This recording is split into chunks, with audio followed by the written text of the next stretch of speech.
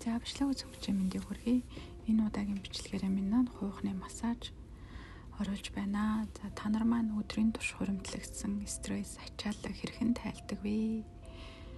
За та бүхэндээ зориулаад хуухны илэрлийн ач холбогдлыг хуваалцъя. Тэгээд хэрвээ сан байхгүй бол сайхан хурууныхаа өндгөөр хийж болно. За хуухны арсыг зөөлөн хөдөлгөж булчингийн чангарлыг суллаж өгснөөр нойр сайжрах, за өсний ургалтыг бас дэмжиж өгдөг. Дээрээс нь цусны эргэлтийг сайжруулдаг.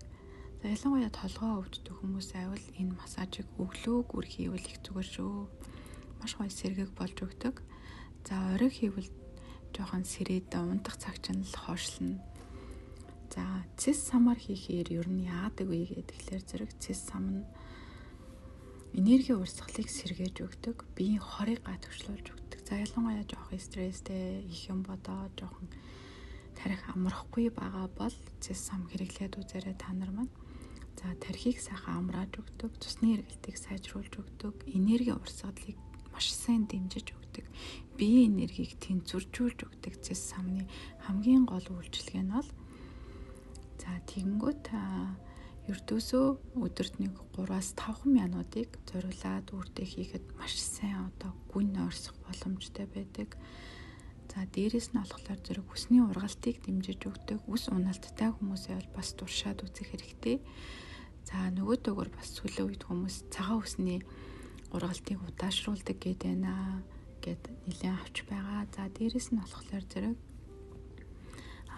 хуухны массаж нь за нүүрний унжилтын эсрэг үйлчилгээтэй нэг өсөндөө өвчлөлийн эсрэг гэсэн үг байна. Хуух чанга байвал эрүүл байвал нүүрний арс тэр хэрээрээ бас чанга толгор эрүүл байдгаа. За энэ өсний урд захаар бол маш сайхан тайвшруулдаг тийм цэгүүд байдаг. Соматик засалд өргөн хэргэлдэг, довшиж болон массажлж.